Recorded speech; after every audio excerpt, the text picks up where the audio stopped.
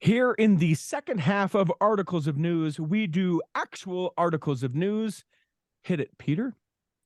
And away we go. Now, in the preamble of this whole thing, in the opening exercises, I know that you guys didn't know anything about this, this whole thing down at Arizona State University. Go Sun Devils.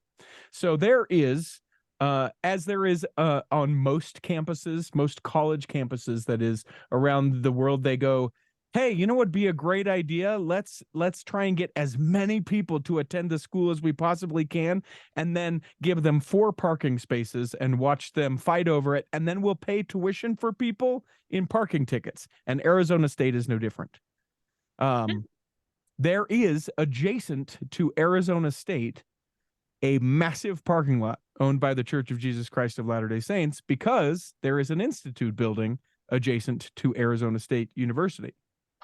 And so, I think that some people are calling this default. I am calling this divine providence, inspiration, if you will. Mm-hmm. The institute at Arizona State University has said, hey, if you take an institute class and pay $5 for a parking pass, you can park in our parking lot. And so genius. Their enrollment in institute at Arizona State University up like 45%. Yeah, of course. Because people are like, they get sort of these, there are very specific, like Book of Mormon classes, obviously an institute. And, I remember I took one on the miracle of forgiveness, that book, bless its heart. But yeah. Hasn't aged well. No. Not so well. and they don't even produce it anymore, as far as I understand. But so there are a little bit more generic Christian classes, and there are hundreds of people enrolling in this class so that they can have the $5 parking spot at Arizona State University. Yeah, absolutely. I love that. Similar thing here in San Marcos at Texas State University. When the institute was there by the campus, it was the same deal, and people did it because it was $100 for a parking pass, or $150. And even then you could only park in certain lots at certain times. And so that's the way to do it. Kudos to those college students for hacking the system, learning a little bit about Jesus, but also sticking it to the man. Yeah, absolutely.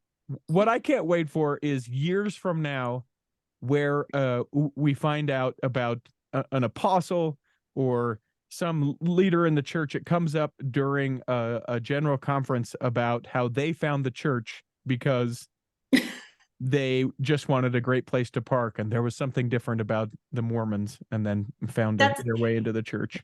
It's going to be like the people who joined the church after watching the Book of Mormon musical. Exactly. In the most unlikely of places.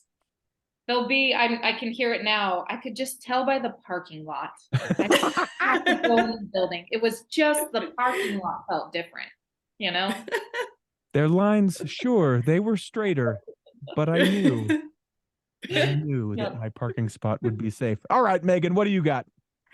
All right. So a couple weeks ago, we had the NBA All-Star Game here in Salt Lake City. And anybody who's wondering, I took one for the team and I went to the game, and it was terrible.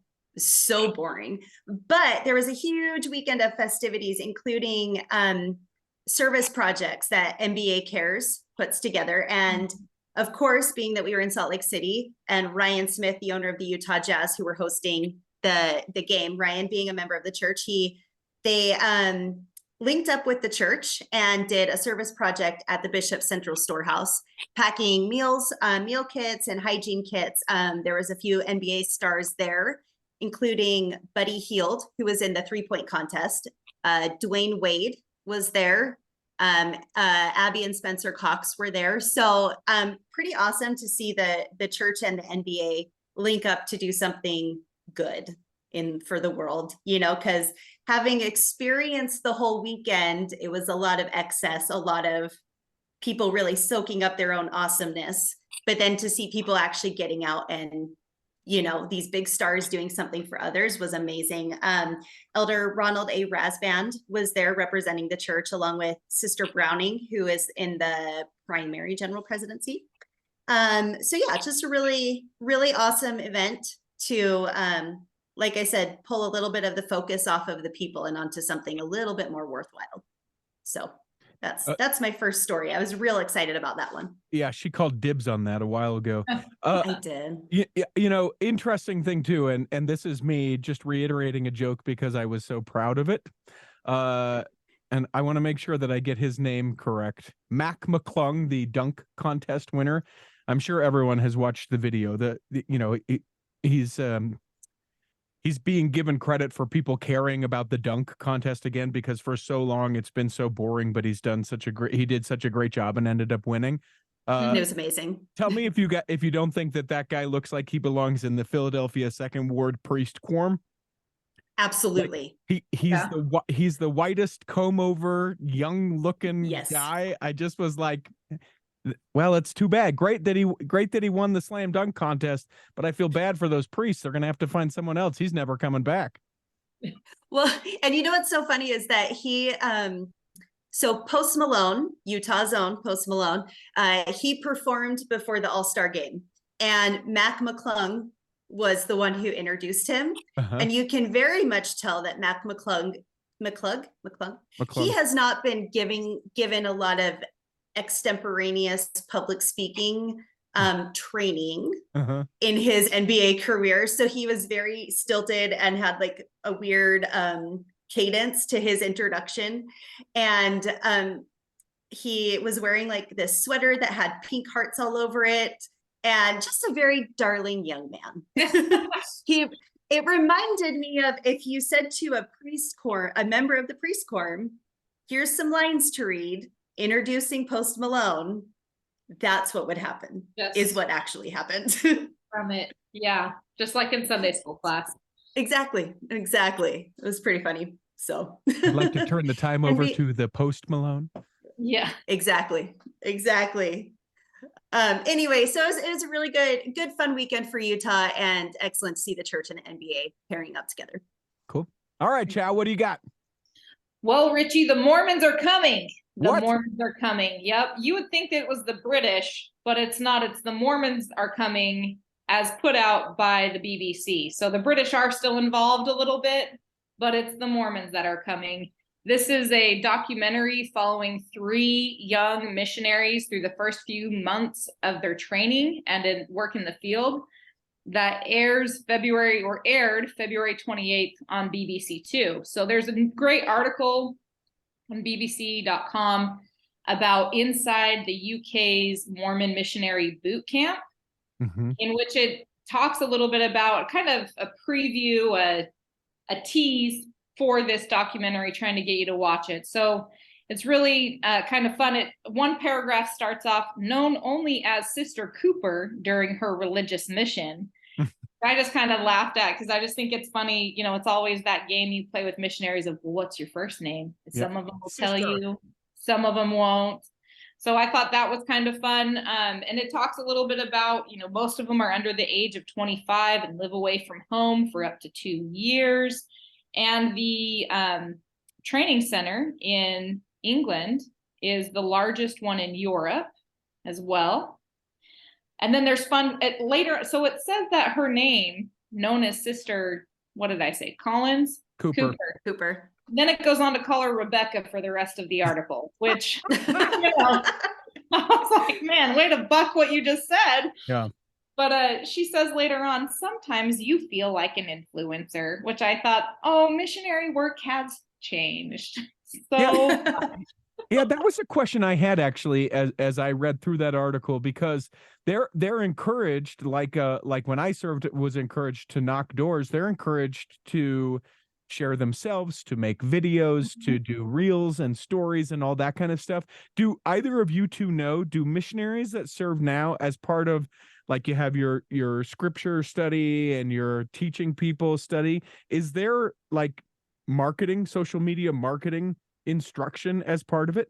Sort of. Well, Megan, as far as I know, there is. So this was an interesting experience we had in our Austin, Texas mission. The sisters reached out to my husband, he's a TV news reporter, with a editor, I don't know what you call it now, but they reached out to him in December and said, hey, we want to make this video. We won this competition in our mission to be the ones who, we had this idea. Everybody in the mission put these ideas together to do a video, a little inspirational video. We won. Everybody liked our idea the best. Now we have to do it. Can you help us, do this and edit it? And so they gave my husband their project. He went back to them and said, sisters, this is, 15 minutes too long. Nobody's watching internet videos for that long. TikTok, you've got like a limited amount of time to catch attention, share the message, and you're going to get scrolled on. So he worked with them, and, it was put out, and then all the missionaries through all the mission promoted this little video that they made. It was, I guess they do them like once a month, and they won for the month of January. So December was, getting this video shot and edited and put together. And of course, it ended up being my husband who did most of that work, right? It was the kid that he already had 5 that give him these projects, and now he had a bonus one. But it turned out nice. So that's what I know about that. Make sure that we get a link so we can share that so people can check that out for sure. Yeah, so I'll send it to you. I have this vision in my head of like missionaries pitching their ideas for videos in like a Shark Tank type situation, where it's like the mission president and like the zone leader and the assistant to the president, and it's like, I'm going to pass on this one.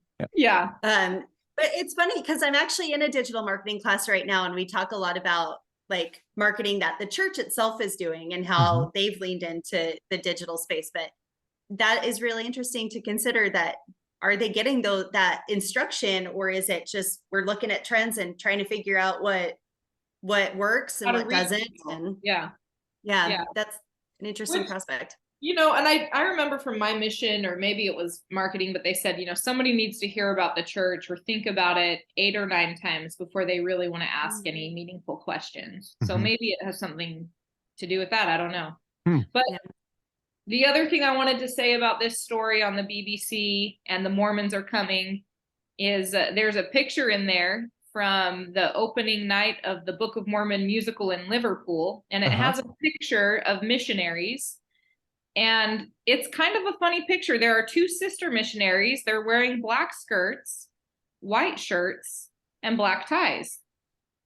And I just thought, man, I don't know how that would go over if I showed up to my ward in a black skirt, white shirt, and a black tie. I'm sure there would be lots of people, Sister Wild. So are we good?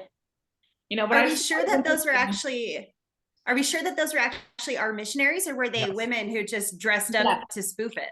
It says underneath missionaries outside the opening night of the Book of Mormon musical, and they've got the little black name tags. I mean, I will say there's one guy in there that's wearing black shorts, and I kind of wonder, I'm like, I don't know that one is a missionary. He, I think, somehow got into the picture by accident. He saw the ties getting together for a picture, and I feel like he just marched down in and was like, what's going on? But those, I really do think they're sister missionaries. So just an interesting picture, good article. Check out the documentary on the BBC 2 or BBC iPlayer. The Mormons are coming, when actually we've been here all along. That's the secret. And then some contention as to whether we were here first, but I don't want to have that. We don't need that. We don't need that. Nope. It's interesting about that. So if you want to watch that, you have to have a VPN here in the United States with a address in the UK. The BBC iPlayer and BBC 2 won't allow you to watch it here in the United States. I did that rabbit hole the other day. Oh, because I wanted to do that. So you did the work for us, Richie. Yeah, well, I haven't watched it yet, so I can't tell you if it's even worth it. But but maybe. I've got 2 quick stories. They're both TikTok related. The first one quicker certainly than the second one. There is someone at Filipina.misfit over on the TikTok. And I have to call it the TikTok because that makes me chuckle. The story about her is that she is a woman who goes to a Mormon university who has a burning passion for fashion that goes beyond her institution's dress code. So basically, she does a bunch of short videos that's like, look how cute I am, and I can't wear any of this because of the school's honor code. I don't think she talks like that, but I mean, okay. That's the thing, right? I mean, that to me, yeah, yes. I when I shared the article, I thought, okay, one of two things. One, you knew what it was when you signed up for it, right? And I don't think, to her credit, at least in the 10 seconds that I spent researching her, I don't think she's like, we need a change. But she definitely is using the honor code as sort of like a leverage point to be like, I can't wear any of these cute clothes. And they are cute clothes, cute outfits, whatever. Sure. So I don't think that, but I also think that if it is the other thing, I mean, she probably won't have to worry about going to a Mormon university very long. They have zero tolerance for stuff like that. Listen, do it, don't do it. We don't care. You don't have to go here. This is what we told you have to dress like. Like, of all the things to worry about at a university, I feel like they'd be like, close, we're done. There's a thing, there's a fine, there's a thing, you're out. You don't have to come here, dress that way, and go somewhere else. And it's not like provocative or like OnlyFans-ish. She's just, it's not according to the honor code. Yeah. Which, I don't know. If you want to dress that way, then, just, I don't know. You've got free agency. Sure. Well, and I always hate, and this is where it runs sort of counter to how my innate feelings are about stuff like this. Like where it's like, well, if you don't like it, go somewhere else. I don't like that argument within 90% of the church, because I feel like it should be a much larger umbrella and be like, okay, so you feel that way, but like, come underneath this. But to me, this is just a thing where it's like, this is super basic. Like you have to have a C average or higher to continue to go to this university. Okay. You have to not dress in these clothes. Okay. You have to not do this thing. All right. Or I can go to one of thousands of other institutions of higher learning. Yeah, exactly. And then wear whatever you want, and nobody knows, because you're at your house doing BYU Idaho online. Yep. Like right now, I'm not even wearing pants in this article. That math checks out. Yeah. Let's hope there's not a fire, Richie. Yeah. Shorts. I'm wearing shorts. That's all. And then the other TikTok story, and this was all sorts of news, continues to be as more details are coming out, and inevitably this will be a video that surfaces, though I have not seen it yet as of the recording of this. Taylor Frankie Paul, who we've mentioned here on the Culture Hall before, over 4 million followers over on the TikTok, arrested. A couple weeks ago now, from all reports that I've read, her boyfriend, not her ex-husband, was over. They got into a little bit of a domestic dispute of sorts, and then she started hucking chairs around the room. Cell phone. Wooden plates, metal chairs. Metal chairs. Well, and she hit her 5-year-old with one of the chairs. Yeah. So in the head. Yeah, not intentionally, obviously, and she would be the first of course, still a crime, still reckless. Well, and ups the ante as far as crimes go, because when you do these things in front of a child, I guess that just no good. Well, it's not only no good, but I guess that, and Chow, maybe you can speak to this, like that ups the ante as to like how much, like what felony or degree of whatever, and then even though it's an accident, if it occurs, like in this case, where the child was injured, not life-threatening as far as I know, which is great news, but even just injured, even accidentally, is another kind of amp up on this particular thing. It's a felony. It's not the same as, and the age is a factor, and that a child was, you intended it for this person, but you hit this other victim. Well, sorry, that's still criminal. So whether or not she's charged and found guilty, I mean, all of that's going to play into the prosecutor's discretion in their decision.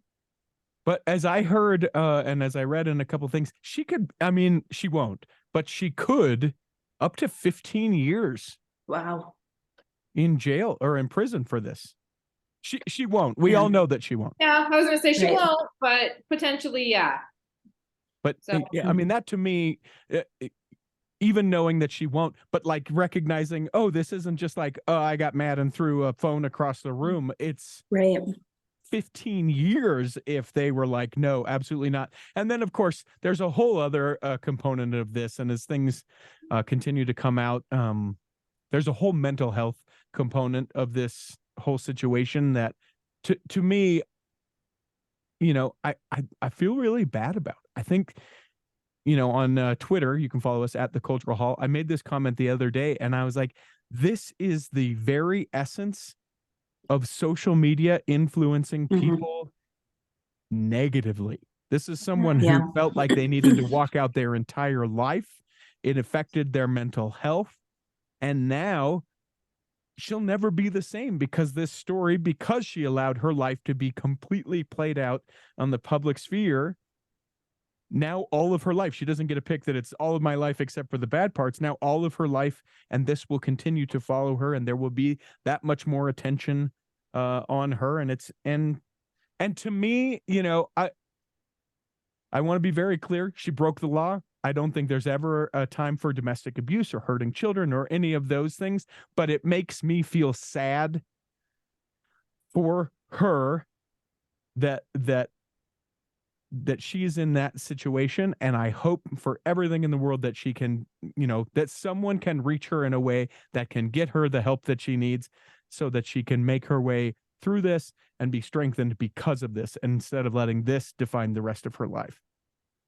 Can I push back on that just a touch, Richie? Sure. So I've been thinking about this as I've read all of the things that have come out, and admitted, like, I will agree that she has had a crummy year. She's had a lot of crap thrown at her this past year. But I also look at it and I go, how much of it is like social media's fault? And how much of it is she's the one who chose to do this big thing about, oh, we're soft swinging and it's all of us in our ward and blah, blah, blah, blah, blah, blah, blah.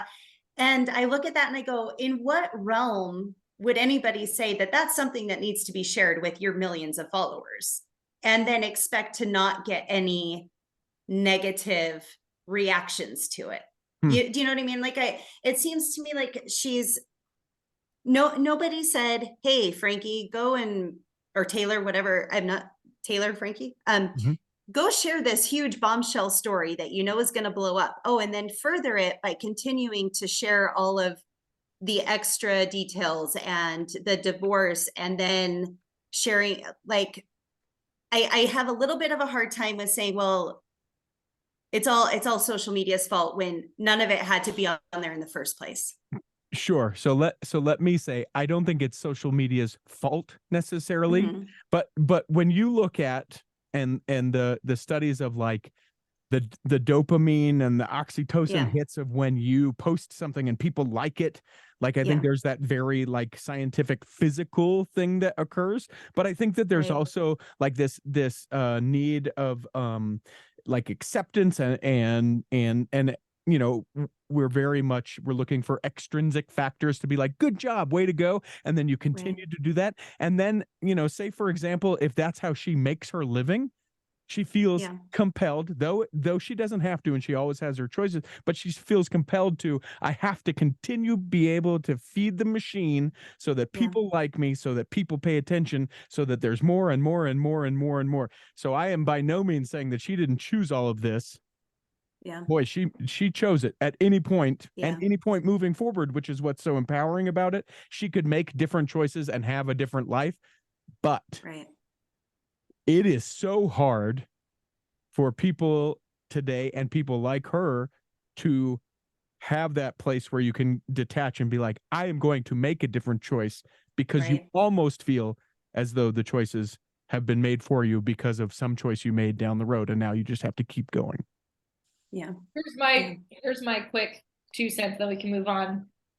Things like this happen even when you're not on social media. There are plenty of families that go through this very thing that it's not as public. I think that's the hard thing, is it is so public, but it's also good because most people don't realize that this happens in their community and to their neighbors often or frequently. So in a way, it's almost good because it makes a conversation like this happen. Now, bit of legal advice for someone like this woman I'm not going to say it's legal advice for her, because should she listen to it and take my advice and not work out, I don't want to get sued or something. Anyways, best thing she can do, or any listener that we have that maybe they're going through something similar and it's not as public, get into parent counseling, get into anger management counseling.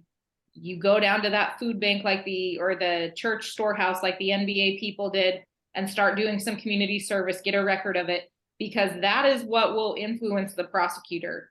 Are you somebody that we just need to lock away and throw away from society? Or are you somebody who's going to take this as a wake-up call and say, hey, I can do better. Let me start the work now before I have a probation officer telling me what to do. I'm just going to jump on that train, get in the counseling, get in the therapy, go do the community service, make this world a better place. And then the prosecutor is going to be a little more impressed with you as a human being by saying, wow, look, this was a wake-up call. So that's it from the former prosecutor. There you go. Well, and your life will be better, right? I mean, you do all those things. It screams and out of control. And so I hope that she's able to get some control. What do you have, Megan? So a missionary serving down in Colombia he and his companion. This is so sad. They were robbed, and the one missionary, Elder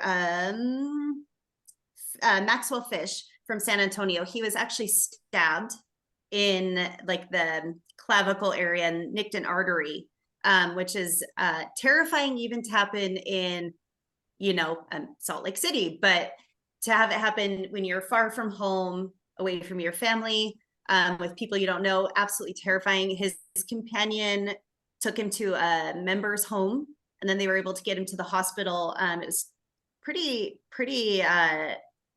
traumatic, obviously, for all involved, but he's now in stable condition after surgery, and it sounds like he's getting the best of medical care.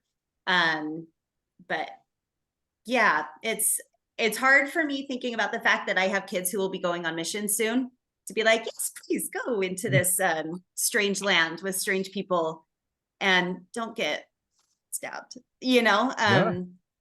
But he's from San Antonio, but like I said, he sounds like he's in stable condition and starting a very long road to recovery. His family's down there with him. They've made their way down to be with him. And I've actually reached out to the mom. So maybe that will be a part of a future episode or a portion of an articles of news. Cause to your point, that seems terrifying. Hey, your kid that's down in wherever, you need to come quick because they were stabbed in the clavicle. Right, exactly. And it sounds like his companion was not harmed, but the church and the mission are taking care of making sure that he gets the counseling that he needs for having been involved in that. And very much a collaborative effort between doctors down in Colombia, doctors here, consulting with the church and making sure that everything is being taken care of the way it needs to be to get him home, where he can recover. Heal. All right, Chow, what do you got? All right. Well, I'm going to give you a little piece of Texas history. Texas history. You know, let's sing it. Stars at night. Okay. So you may not know this, but the Texas legislature only meets once every 2 years. What? And they don't get paid a cent. They get paid nothing. I think that's the case in Utah. I don't think that the legislature in Utah gets paid either. Oh, okay. But they meet more frequently. Yeah, nope. Once every 2 years we meet because, we don't need you telling us what to do. We can manage ourselves, and, next year you can tell us what to do if it's still an issue. Whatever. Nation. Yeah, we're doing our own thing. So that's sort of why this story piqued my interest, because we're in a legislative session right now. Mm-hmm. And it, it doesn't happen all the time, and it gets kind of crazy. I end up going up there testifying a lot about certain bills that they're thinking of passing. But this one is the story's out of the AP News in Salt Lake City. The legislature in Utah is also meeting, and there were some bills presented that they wanted to kind of close the loophole on clergy penitent privilege reporting. Mm-hmm. But none of those have received any hearings in the state house. So it looks like Utah will not change what it currently has on the books regarding that exemption from having to report. It was also interesting to note that there are 33 states that do not require, they have that similar exemption about not reporting when abuse is reported to clergy. I stand on the side of this should be changed. It should be reported. Sure. And I know Pennsylvania has some of the most strict laws regarding serving around youth and children in any religion. You have to get a background check. You have to be registered with the state of Pennsylvania. So I had a friend, mutual friend of ours, Richie, Dr. Jeremy Schroeder. Oh, cool. He was living in Pennsylvania for a while. He got called to be a counselor in the Young Men's Presidency. They called him over the pulpit, but then he had to do all this paperwork with the state, and he's in the military, and he had lived in Germany and all sorts of places. So it took a little while to get that report back, and they ended up releasing him and calling somebody else because it took too long to get his background check from the state. And so he was not allowed to work with the young men there, but I still support it as a policy and the mandatory reporting. And I think I've shared, we've had an incident here in our ward where there was some just being a little too rough with the young men by a bishop. Mm-hmm. And people tried to get the stake president and others to report it. They thought they were doing, the members who witnessed it thought they were doing the right thing. Stake president didn't report it, and that bishop pieced out and moved back to Utah when it started to get kind of thick. And I'm a little disappointed for those victims that are still here, none of which attend church anymore because they feel abandoned. And what did that bishop do? So he would tackle any youth who did not have a father in their home. He felt like, yeah, I'm going to be that dad figure. I'm going to be the buddy dad. So he would tackle, he would kind of grab around the neck sometimes if you weren't listening, just stuff that wasn't really appropriate. And there's a few parents that witnessed it, and they said, I don't think he should be doing this. I don't think that's right. Went and told the stake president, and the stake president said, well, I was inspired for him to be the bishop, so we'll figure it out. But even if it results in an investigation that just says, don't do it again, or there's no immediate harm, I like the idea, and I wish these bills would go forward in Utah. Get a fresh set of eyes on it to kind of step back and look, that doesn't know personalities, that is no respecter of person, so to speak, that can say, yeah, that crossed a line, or that didn't cross a line. So and it's interesting. Oh, sorry, Richie, go ahead. Go ahead. No, go ahead. Okay. Well, I think it's interesting that why wouldn't we do everything that we could to protect children? You know, and honestly, like, this extends beyond just our church. I mean, there's other groups where like this will benefit them, and I think about the fact that I've been in primaries, right, where the presidencies haven't really enforced the too deep rule, with teachers, and I'm like, it is something so simple that could, and is it going to solve every problem? No, but at least you can say, well, I did all that I could, like I've done all of the things. And so I look at that and I go, why wouldn't we just put this particular policy in place? Because it's something that we can do. Is it going to stop every single problem? No, it's not. But it is something that we can do. And that's where I don't understand why. Yeah. And it's the same thing with background checks. I know that, like, in Australia, for instance, you can't receive a calling to work with children if you don't have background clearance. That would be very easy. Maybe it wouldn't be easy to implement. I don't know, but my husband sells guns for a living, and they can do background checks in 20 minutes. Like, it's not really a difficult thing. As we have learned in the last few years, the church has the capital, to be able to pay for things like that. And so I'm like, dude, lawmakers, get it together. I don't know why it wouldn't be something that is just on the books, no questions asked. Yeah, it certainly would make me feel more comfortable. And really, the end of this article ends with, it's kind of a sad end to the article. This is something that survivors of abuse, they've known for years, that not being heard, the bill's not going forward, or at least having a discussion in a session or having a committee meeting where they can come testify, they feel like they haven't been heard all along. And so it was a sad end. I hope it's not the end of it. I hope it comes back. Obviously, Utah meets again next year. Hope they meet again next year. Texas, we're every other year, so they'd have to wait a lot longer here if this were in Texas. But hopefully it comes back around and we do right for those most vulnerable who don't have a strong voice to say, this happened to me, should not have happened to me, and let's do more. Yeah, it'll come back around for sure. In fact, there's some language, I guess, in one of the Utah bills that there were several people that were like, yeah, if we could change this and make this not sort of overreach, and I don't think anyone wants that either. Let's speak to the other side. We certainly don't need, so that no one could possibly, work with kids. That's not what we're saying, but I think that there will be some adjustment, and we'll certainly see it again next year. You guys, our time is drawing short. A couple quick stories. Let me tell you about this. The passing of Linda King Newell, who, if you don't know, is one of the co-authors of the book Mormon Enigma.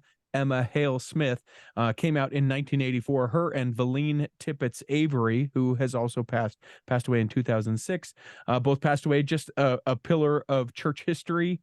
That book changing a lot of thoughts, bringing recognition to Emma in a way that hadn't really been done before.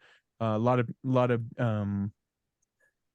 like church, I don't want to say dignitaries, but I guess that's the word that comes to my mind, were at her funeral, which took place at the Garden Park Ward in downtown Salt Lake, which, if you don't know, it's an old mansion that was donated to the church, and it's got fountains and ponds and tile work, and it looks like a carriage estate. It's unreal. It's a great place. Great place. Bridgerton or Downton Abbey. It 100% is like a Bridgerton, Downton Abbey kind of thing. That's where her funeral was held. 2 new stakes established in Madagascar and South Africa, respectively. Talamasina, I didn't say that right, Madagascar, and the south of Johannesburg are the locations of those 2 stakes. Incredible amounts of growth in that part of the country. There is an individual who is the top recruit, you guys. I know you guys care about football, so I want to make sure that we get this in. Walker Lyons is this individual's name. He is going to put off football for a couple years and go serve a mission. And here's what I think is interesting about this. Food for thought. Email us, contact@theculturalhall.com.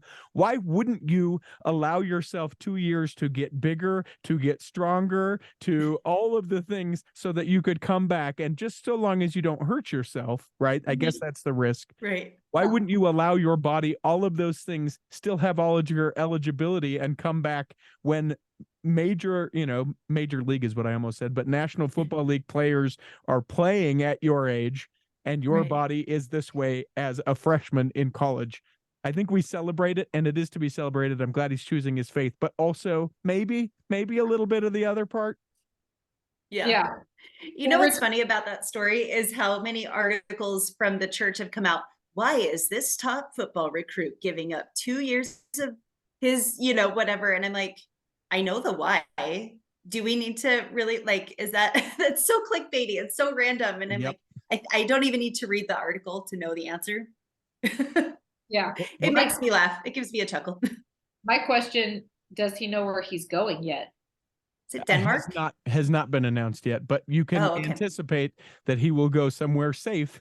I mean, I know the Lord inspires, but I served among a lot of professional or college level athletes in Cleveland, Ohio, that would have never been sent elsewhere. I'm not questioning the Lord's inspiration. Yeah. Well, see, that was my thought, is either send them somewhere where football's not a thing, right? Then that's where he focuses, or send them to where Steve Young lives, and now he's got a mentor, right? Yeah. Right. Well, and I don't think that it's that bad. I mean, some people may come at me for my comment. I don't think that it's that bad if we say, here is this person who is a very talented individual in whatever, can be sports, can be arts, can be whatever. Let us embrace every part of who they are as they serve. David Archuleta rest his soul, in South America when Love he, him forever. when he Yeah. performed. I thought that was great. I'm still saddened about that. That I shouldn't have, maybe said that Oh, that's that way. okay. But Love him forever. yeah, love it. Yeah, absolutely love him forever. Yeah, absolutely. But the church certainly got behind him and allowed him that opportunity to do all that. We're going to end it on this, you guys. I want to know if you will be willing to join this church with me. It's called the Divine Assembly. I'm hoping that you guys are willing to join me. Maybe you're not ready yet. What's the tithing look like? None. Okay. And Just kidding. I love tithing. No. we didn't I love even the get principle. into that in this one. Here's the thing, though. Instead of the bread and the water, it's psychedelic mushrooms. So I just want you guys to consider it. We're remapping our brains, all of the things. There is a growing number of people in this Divine Assembly church here in the state of Utah. You have to be ex-Mormon and you have to want to experiment with psychedelics. It's the Divine Assembly. It flat out says you have to be a former member of the church. Yes. So let's go down this rabbit hole with me. Okay. Lifelong Catholic. I want to join. They're like, no, go join that other church, then come to us. There are other opportunities. And I think they would say, though I don't know, and maybe this is worth a conversation down the road. I think that they would say that in their the particular things of which they are dealing with or like remapping are specific to the Church of Jesus Christ of Latter-day Saints. Interesting. I don't know. I think it's what an interesting riff. Yeah. I don't think I'll join unless it's a peanut butter involved church. Because that's really my mushrooms I can pass on. Okay. Well then. Yeah. Personally, I hate mushrooms. Hot take on the end of this. Is it Reese's or Reese's? Reese's. Okay, good. Then you guys are both invited back. We hope that this episode has nourished and strengthened your body. That if you're not healthy enough. That if you couldn't Sorry, I join wasn't us sure this which week, that you join us next week. Did I mess that and up? when the time comes, you'll be able to travel home in safety. In the meantime, we'll be saving a seat for you. On the back row. On the back row. Oh, the cultural. Cultural. I love trying to time up Zoom.